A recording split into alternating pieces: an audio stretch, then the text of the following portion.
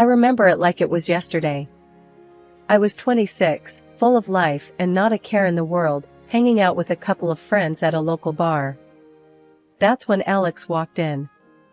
He was a friend of a friend, someone I'd never met before. The moment our eyes met, something clicked. It wasn't love at first sight or anything cheesy like that, but there was a definite spark. "Hey, you must be the famous Alex I've heard so much about," I said, extending my hand with a playful grin. "Famous, huh? Can't say the same about you, but I'm sure I'll remember you after tonight," he shot back, shaking my hand with a firm grip. His smirk was cocky, but there was a twinkle in his eye that made me laugh. We spent the rest of the night talking, joking around, and getting to know each other. It wasn't just the booze talking, we genuinely clicked. Our friends noticed too, nudging each other and giving us knowing looks. "So, what do you do, Erica?" Alex asked, sipping his beer. "I'm stuck in an office job for now. Dreaming of bigger things, though. What about you?" I replied, rolling my eyes at my own situation. "I work in sales. It's alright, pays the bills. But like you, I've got bigger plans," he said with a shrug, as if it wasn't a big deal. The night flew by, and before I knew it, it was time to head home. Alex offered to walk me to my car, a gentlemanly gesture that surprised me given his earlier cockiness. "Hey, I had a really good time tonight. Can I see you again?" he asked, almost hesitantly, as we reached my car. I smiled, feeling the butterflies in my stomach. "I'd like that. But only if you promise to tone down the cockiness a bit." He laughed, the sound warm and genuine. "Deal. But you've got to promise to keep up with my witty banter." "Deal," I said, shaking his hand again. This time, it felt like an agreement on more than just another meetup. It felt like the beginning of something special. We exchanged numbers, and I drove home with a silly grin plastered on my face. I couldn't stop thinking about him. There was something about Alex that felt right, like a puzzle piece I didn't know was missing. Over the next few days, we texted nonstop. Our conversations were filled with jokes, teasing, and getting to know each other on a deeper level. It was refreshing to meet someone who could match my sass and not get offended. A week later, we went on our first official date. It was nothing fancy, just dinner at a local diner, but it was perfect. We talked about everything and nothing, from our dreams and ambitions to our favorite TV shows. "You know, I never thought I'd meet someone like you in a place like this," Alex said, his tone serious for once. "Yeah? What's that supposed to mean?" I teased, raising an eyebrow. "It means, I'm glad I came to that bar that night. I'm glad I met you," he said, reaching across the table to take my hand. I felt a warmth spread through me. "Me too, Alex. Me too." That night, as I lay in bed, I couldn't help but feel like my life was about to change. Little did I know just how much it would. Meeting Alex was the start of a journey, one that would bring laughter, tears, and challenges. But at that moment, all I knew was that I had met someone special, someone who could potentially be my partner in crime, my confidant, my friend. And maybe, just maybe, something more. The days that followed were a whirlwind of emotions and excitement. Every text, every call, every date felt like a step closer to something undefined but undoubtedly special. Alex was different from anyone I'd ever met. He was real, raw, and refreshingly honest. He didn't put up a front or try to impress me with grand gestures. He was just himself, and that was more than enough. Our banter was endless, and it was during these moments of playful disagreement that I found myself falling for him. It wasn't just about the laughter and the jokes, it was the comfort and ease I felt around him. I could be my true self, and he not only accepted that, he embraced it. As the weeks turned into months, our connection deepened. We shared our dreams, our pasts, and our hopes for the future. Alex became not just a significant part of my life, but a part of me. I couldn't imagine my days without him, without our talks, without his presence. And so, a year after that fateful meeting at the bar, we made a decision that would forever change our lives. We decided to get married. It wasn't a decision we took lightly, but one that felt natural, like the next step in our journey together. Life took a turn when Emma was born. I stepped into the role of a stay-at-home mom with open arms, a decision Alex and I agreed upon. But as the days turned into months, and months into years, I noticed a shift in Alex. The man I fell in love with, who used to make me laugh until my sides hurt, was fading away, replaced by someone I hardly recognized. "Another day, another mess, Erica," Alex muttered, stepping over toys scattered across the living room floor after a long day at work. His tone, once filled with warmth, now dripped with disdain. I looked up from where I was sitting, trying to sort through bills and manage our household finances, a task that had become increasingly challenging.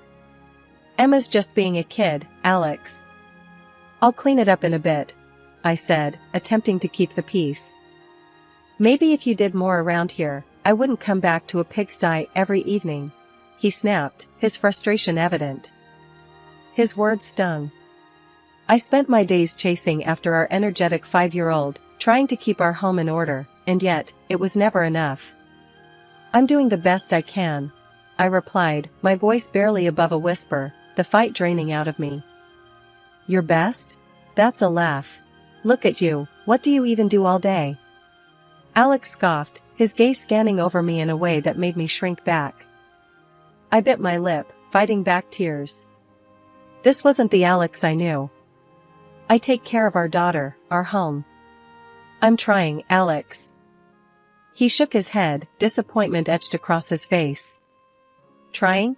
You call this trying? You've let yourself go, and this place, it's a mess. I work all day, and I come back to this." I wanted to scream, to argue, to defend myself, but the words wouldn't come. Instead, I turned my attention back to the bills, a lump in my throat. Silence filled the room, the tension thick. The next morning, I tried to shake off the hurt from our conversation. Emma needed me, and I refused to let Alex's harsh words dampen my spirits in front of her.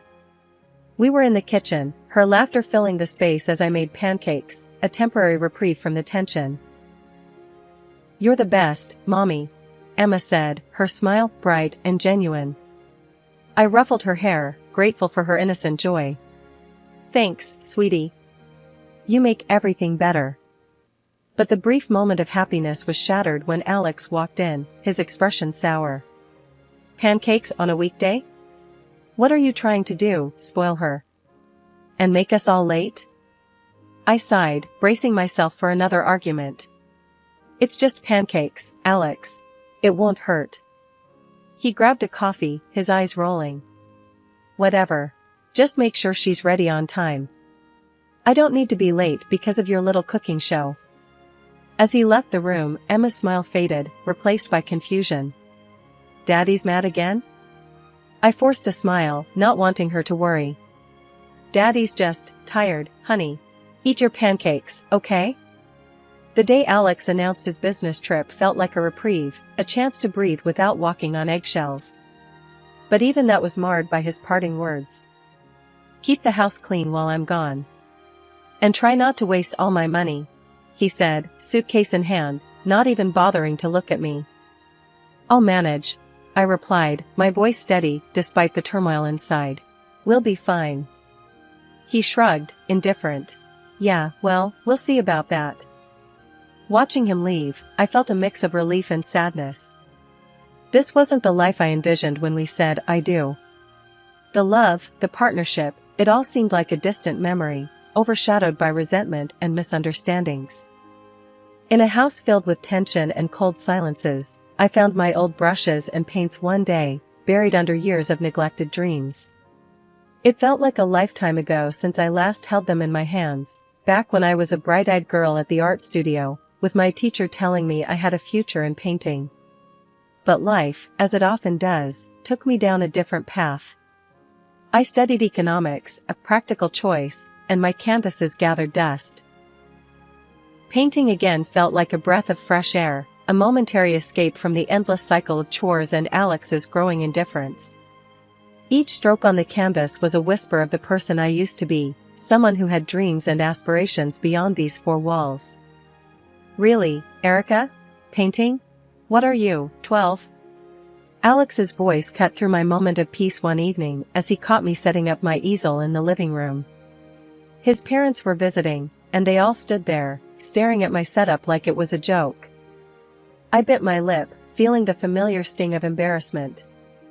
I used to love painting, I managed to say, trying to defend my old passion. His mother snorted, looking over my shoulder at the half-finished canvas. Looks like a child's work. Wouldn't it be better if you did something useful instead? Alex joined in with a cruel laugh. Yeah, like maybe getting a job instead of wasting money on this nonsense. I felt my face flush with shame, the joy of painting souring in my mouth. I thought it might be nice to have something of my own. I whispered, more to myself than to them. Of your own? With what money? You're spending my hard-earned cash on this garbage? Alex's tone was sharp, his words like daggers. I use my savings, I replied quietly, my defense weak against his growing anger. Savings? What savings? From before we married? That's cute. Listen, because of your little hobby, I'm going to have to cut the budget around here. Can't have you blowing through my salary on your art, he said, the last word dripping with disdain. His parents nodded in agreement, their looks of disapproval etching deeper into my heart. I wanted to scream, to argue that it was my money too, that I had every right to find some joy in my life. But the words died in my throat, the fight drained out of me by years of being belittled and dismissed. From that day on, I kept my painting to myself, a secret refuge from the storms outside. I bought my supplies with what little money I could squirrel away, each canvas and tube of paint a tiny rebellion against the life I felt trapped in. Painting became my silent protest, my way of holding on to the parts of me that still dreamed of something more. The tension in the house could cut through steel when Alex's parents showed up. They never missed a chance to point out everything they thought I was doing wrong. Can't you even make a decent cup of coffee? His dad grumbled as I handed him a mug. I forced a smile, trying not to let the comment get to me. His mom wasn't any kinder. This breakfast, you call this special? Back in my day, we knew how to treat guests. Her nose turned up at the eggs and bacon I'd spent the last hour preparing. I bit my tongue, keeping the retort that was dancing on its tip at bay. I'm sorry you feel that way. I'll try to do better, I mumbled, feeling anything but sorry. As if on cue, Alex called. I excused myself, hoping for a brief escape from the criticism. But the call wasn't the respite I hoped for. Listen, I need you to get something for my boss's wife. Her birthday is coming up. Alex's voice was brisk, all business. I blinked, taken aback. Alex, I don't really have the budget for. I don't want to hear it. Figure it out. It's important. He cut me off, his tone final. And with that, he hung up. I stared at the phone, stunned. Solve it myself? With what? Magic? Frustration bubbled up, but it was quickly overshadowed by worry. I couldn't mess this up. Not for Alex. In desperation, I turned to the internet, scrolling through the boss's wife's social media for any hint of a suitable gift. That's when I stumbled upon her interest in painting and support for aspiring artists. It was a lightbulb moment. I couldn't afford a fancy gift, but maybe, just maybe, I could create something personal. Something meaningful. I decided right then, I'd paint her something. It felt like a solid plan, but I kept it to myself. Alex was already on edge, and I didn't need his scoffing or doubts. No, this would be my secret project. A chance to prove, if only to myself, that I could contribute something valuable. That I was more than the freeloader his parents saw or the inadequate wife Alex seemed to think I was. During that week, my apartment turned into a mini art studio. I was focused on creating something beautiful, something that would stand out. Beside me, I set up a tiny easel for Emma, my daughter, who was thrilled to join in. She decided to draw a portrait of me, her concentration face on, tongue poking out slightly as she worked. It was a mess of colors, but to me, it was perfect. Alex was away, wrapped up in his work, clueless about the plan brewing back home. When he finally called, it was just to confirm that we'd meet at his boss's wife's birthday bash. "Make sure you dress nicely," he added, as if I needed reminding. "Yeah, got it," I replied, my mind already racing through my wardrobe for the right outfit. It wasn't just about looking good, it was about feeling confident, something I hadn't felt in a while. The day of the party arrived quickly. I stood in front of the mirror, slipping into a dress that made me feel like myself again. It had been so long since I dressed up for anything. Emma watched, her eyes wide. "Mommy, you look like a princess," she exclaimed. I laughed, bending down to give her a hug. "Thank you, sweetie. Mommy has to go now, but I'll be back soon, okay?" Emma nodded, clutching the portrait she made of me. "Good luck, Mommy. Give your painting to the lady." With a deep breath, I grabbed my painting, now beautifully wrapped, and headed out. The drive to the mansion was a blur of nerves and anticipation. As I parked and stepped out, the enormity of the house hit me. It was more like a palace, with lights illuminating the grand architecture. I paused at the entrance, taking a moment to gather my courage. Inside, the sounds of laughter and music floated out, a world so different from my own.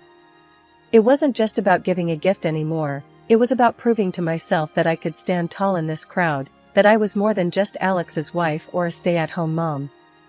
With a final deep breath, I stepped inside, my head held high, ready to face whatever came my way. This was it, the moment of truth. I was ready to join this society, to show them and myself what I was capable of. Stepping into the grandiose hall of the boss's mansion, the chandeliers overhead and the murmur of high society filled the air. I hadn't taken 2 steps before Alex found me, his eyes scanning me up and down with a frown. "What are you wearing, Erica? Look around you, do you see anyone else dressed like that? You stick out like a sore thumb," he hissed, not even bothering to hide his disappointment. I glanced around, noticing the elegant dresses and perfectly coiffed hair of the other women. I felt out of place, my confidence wavering under his critical gaze.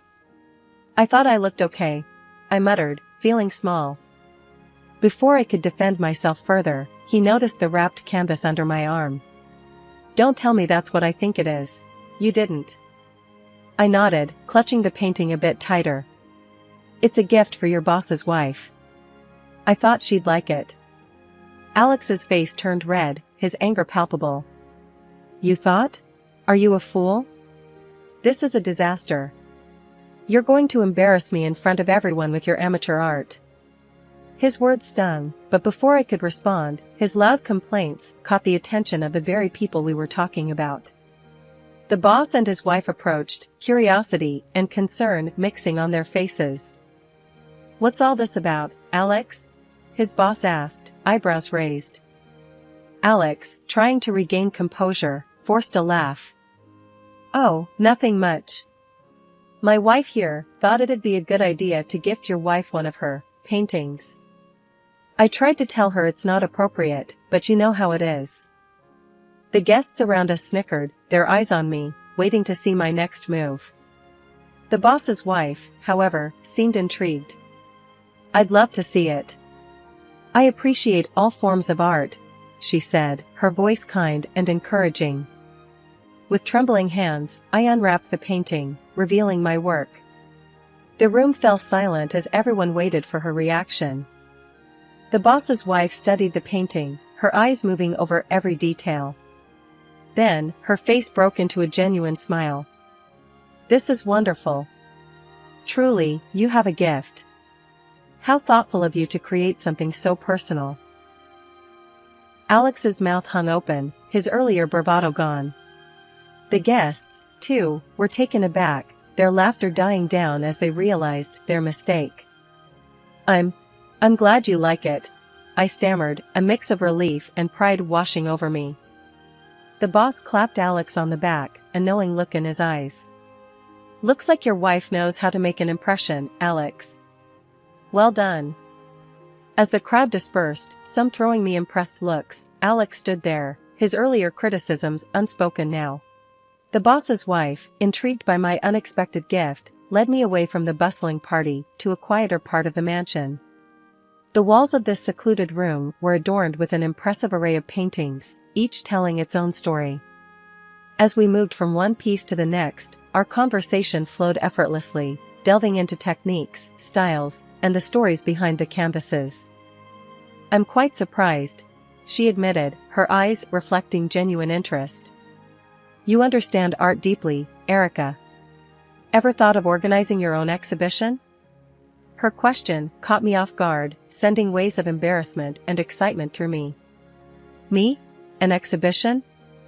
I wouldn't even know where to start, I stammered, the idea seeming as distant as the stars. It was then Alex found us, his timing as impeccable as ever. Overhearing the tail end of our conversation, he laughed, the sound harsh and unwelcome. An exhibition? For what? Her kitty scribbles? Come on, let's go home. This party's over for us. The boss's wife's expression shifted from warm to cold in an instant, clearly not pleased with Alex's interruption or his demeaning words. I felt a rush of embarrassment, but also a spark of defiance. For once, I wasn't going to let his words dictate how I felt about myself or my art. No, Alex, I said, my voice steady, stronger than I felt. I'm not going home. Not yet. I want to explore this idea, my own exhibition. His face turned a shade of red I hadn't seen before, his eyes wide in disbelief. Without another word, he stormed off, leaving a trail of awkward silence behind him. The drive home later that night was a battle between elation and dread. I had stood up for myself, but at what cost? As soon as I stepped through the door, Alex was there, his anger boiling over. You've embarrassed me. In front of my boss, my colleagues. What were you thinking? He yelled, pacing back and forth. I took a deep breath, my decision made in the clarity of his tirade. I was thinking about my future, Alex. A future where I'm more than just your wife, more than a housekeeper. If that embarrasses you, then maybe we shouldn't be together. His ranting stopped, his face a mix of confusion and shock. What are you saying? You want a divorce? Over some stupid paintings? Yes, Alex. A divorce, I said, the words feeling surreal even as they left my mouth. I can't live like this anymore. Being belittled, feeling trapped. I want more from life, and if that means without you, then so be it. The silence that followed was deafening. Alex stood there, staring at me as if seeing me for the first time. The man who had left in a huff at the party was now the one in shock, unsure of what to do next. After deciding to divorce Alex, I braced myself for a storm, but nothing could have prepared me for the hurricane that ensued. The divorce was messy, to say the least. Alex turned it into a battlefield, contesting every single detail. He didn't want to part with a penny, especially when it came to alimony for Emma, our daughter. He even tried to keep most of our shared assets, leaving me to fight tooth and nail for what was rightfully half mine. The whole debacle wasn't just confined to family and close friends, it spilled over into Alex's professional life. His colleagues and even his boss caught wind of his less-than-stellar behavior during our divorce. The man who prided himself on his impeccable reputation at work saw it tarnished. Before long, whispers of his pettiness and vindictiveness led to his demotion. It was a steep fall from grace for someone who had always put his career above everything else. In the midst of this turmoil, an unexpected ally emerged, Alex's boss's wife. She fulfilled her promise and organized my first personal exhibition. It was an opportunity one never dreamed of, a silver lining in the dark cloud that had loomed over my life.